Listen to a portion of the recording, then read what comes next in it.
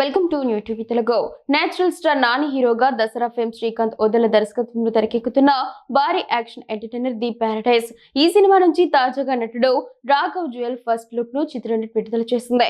ఇందులో ఆయన విక్రమ్ మాలిక్ అనే శక్తివంతమైన పాత్రలో కనిపించనున్నారు. చిత్ర నిర్మాణ సంస్థ SLV సినిమాస్ విడుదల చేసిన క్లిమ్స్ వీడియోలో రాఘవ్ జుయల్ మెడలో భారీ గోల్డ్ చైన్లు ధరించి వర్షం మంటల మధ్య అత్యంత క్రూరంగా దర్శనమిచ్చారు.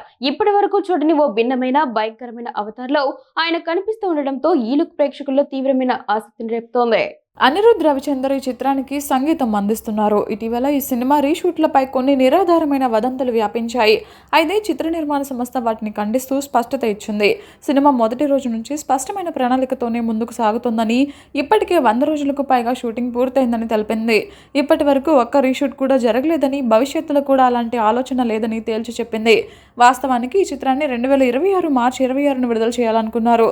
కానీ కొత్త తేదీగా 2026 ఆగస్టు 21వ తేదీన ఖరారు చేశారు.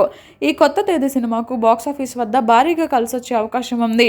ఓనం, మిలాద్ ఉన్ నబీ, రక్షాబంధన్, జన్మాష్టమి వంటి పండుగల నేపథ్యంలో పలు సెలవులు ఉండటం సినిమాకు అనుకూలించే అంశం.